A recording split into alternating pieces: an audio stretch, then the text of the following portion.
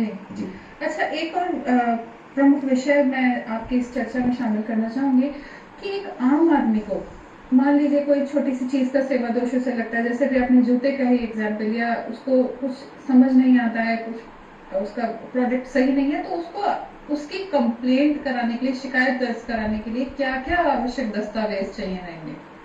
देखिए ऐसा है कि अ, जागरूक उपभोक्ता, जी, उपभोक्ताओं को जागरूक होना होगा। जी।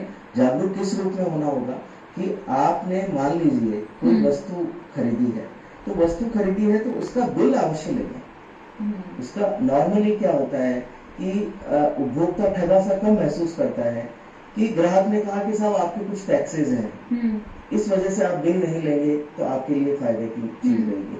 हो सकता है वो क्षणिक फायदा हो, हुँ, लेकिन मेरा मानना ये है कि हमेशा उसके क्रय करने के लिए आवश्यक दस्तावेज ले लें। हुँ, अगर आप बिल ले लें, गारंटी वारंटी कार्ड ले लें। अगर मान लीजिए सपोज आपने कोई पंखा लिया है, एसी लिया है, हुँ, तो उससे संबंधित गारंटी वारंटी आपको बताई जाती है। हुँ, उपभोक्ता को ये बताया उस टाइम जब विक्रय किया जाता है, तो विक्रेता आवश्यक रूप से आपको उसके बारे में, उस प्रोडक्ट के बारे में बताएगा। हुँ, तो मैं ये नहीं कहूंगा कि सब विक्रेता उस प्रोडक्ट के बारे में गलत बताते हैं, लेकिन कुछ ऐसी चीजें हैं जो कि गलत भी आ जाती है, हुँ, निर्माण से संबंधित त्रुटियां भी आ जाती हैं।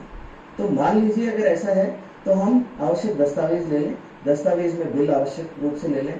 उसके बाद कोई गारंटी वारंटी कार्ड है, वो गारंटी वारंटी कार्ड ले जी, लें। उस पर आवश्यक अगर कोई सील है तो वो भी ले लें, और क्रय करने की दिनांक अवश्य लिखवा लें। हुँ, तो वो एक संपूर्ण दस्तावेज होगा। हुँ, अब जहां तक उसमें कोई त्रुटि आ जाती है या किसी तरह से कोई दोष आता है, हुँ, तो उसके बारे में हम सुरक्षित रहेंगे। हम ये बता पाएंगे कि हमने इस समय क्रय किया है, इतने टाइम के लिए ये गारंटी दी गई है, इतने टाइम के लिए वारंटी दी गई है। हुँ, तो हुँ, निश्चित रूप से इस प्रकार के दस्तावेज लिए जाने चाहिए। हुँ, हुँ, अब सपोज कई बार ऐसा होता है कि दस्तावेज, अब हम बात करें कि साहब हमने जूस पिया, हुँ, जूस पीते समय भी हम उपभोक्ता है। बिल्कुल।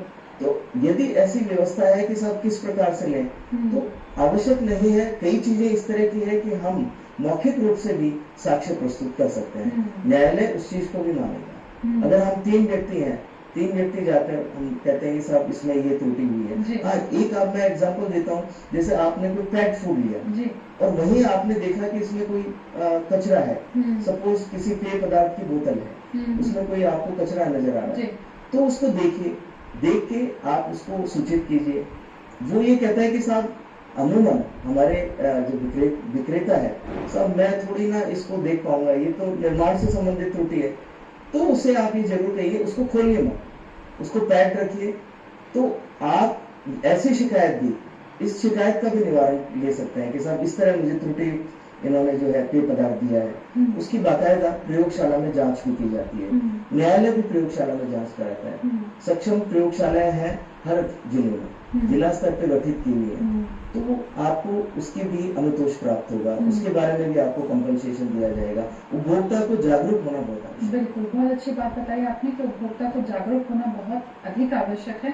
जैसा कि अभी आपने एक 2 शब्द लेके आए थे, गारंटी और वारंटी। जी। तो सबसे पहले तो हम ये मान के चलते हैं कि एक आम उपभोक्ता जिस दुकानदार से या जिस भी माध्यम से उसने सामान लिया है, सबसे पहली शिकायत उसी के पास लेके जाएगा कि भई आपकी सेवा में ये दोष है या आपकी वस्तु में ये दोष है। इस तरह से कुछ वो शिकायत लेके जाएगा। उसके बाद ही मुझे लगता है कि जब समाधान नहीं मिलने की स्थिति आएगी, तब आगे जाकर के शिकायत बढ़नी चाहिए। जी, जी, बिल्कुल अच्छा प्रश्न है आपका। देखिए ऐसा है कि प्रत्येक उपभोक्ता को सर्वप्रथम, जिसमें विक्रेता है, हुँ, विक्रेता से संपर्क करना आवश्यक है। हुँ, सपोज कीजिए कि विक्रेता स्वयं अपने चीजों का निर्माण कर रहा है, तो हुँ, वो उसको स्वयं रिलीफ देगा। अदरवाइज जैसे कई बार ऐसी स्थिति भी आती है कि आपने कोई मोबाइल क्रय किया, हुँ, तो मोबाइल क्रय किया, उसके लिए निर्माण से संबंधित कंपनी अलग है। जी, वो व्यक्ति जो निर्माण कर रहा है वो विक्रेता है। जी, जी, तो निर्माण से संबंधित यदि कोई त्रुटि है, तो उसको भी आप देखिए कि किस व्यक्ति के द्वारा निर्माण किया गया है, हुँ, उसकी जो सेवाएं हैं आफ्टर सेल सर्विसेज है वो कौन देगा, सर्विस सेंटर, जैसे आप मोबाइल की हम बात करें तो सर्विस सेंटर बनाए हुए हैं, तो सर्विस सेंटर में आप उसकी शिकायत दर्ज कराएंगे, वहां से भी हमें रिलीफ नहीं मिलता है तो हमें दोनों को पक्षकार बनाना होगा, जो जिससे हमें रिलीफ लेना है उन दोनों को पक्षकार, क्योंकि विक्रेता सामान्यतः फर्स्ट जो है विक्रेता उससे हमने क्रय किया है, वो भी उसके बारे में देखिए ऐसा है, बेनिफिशियरी वो भी है, तो हम विक्रेता को भी ऐसा नहीं कह सकते हैं कि विक्रेता जो है इसके लिए कोई दोषी नहीं है, यदि उसने किया है तो हम दोनों तीनों जो भी पक्षकार हैं उनसे हम प्रथम जाके बात करें। द्वितीय, हम जैसे मैंने आपको कॉन्फिडेंट के बारे में बताया तो वहां पे भी शिकायत आप दर्ज करवा सकते हैं, प्रथम शिकायत वहां दर्ज करवाइए, उसके बाद एक सामान्य नोटिस भी दीजिए, नोटिस दें तो रजिस्टर्ड पत्र दें तो ज्यादा अच्छा होगा, हमारे पास एक दस्तावेज आ जाता है, प्रमाणिक दस्तावेज है, तो आप इस तरीके से शिकायत दर्ज कराएं। उसके बाद भी कोई समाधान नहीं मिल रहा है तो मैंने आपको बताया कि आप चाहे तो फिजिकली जो आपकी कंज्यूमर कोर्ट है या आयोग है, जिला आयोग है, वहां पे आप जाइए, और उसके बाद देखिए स्तर अलग अलग बनाए हुए हैं, न्यायालयों के भी स्तर अलग अलग हैं, जिला स्तर पे है 50 लाख तक की हम शिकायत जिला स्तर पे कराते हैं, जिला आयोग में बताते हैं जी जी। उसके बाद 50 से 2 करोड़ तक की हम राज्य आयोग को करवाते हैं, उसके बाद राष्ट्रीय आयोग, सबका अपना अपना मूल क्षेत्राधिकार है।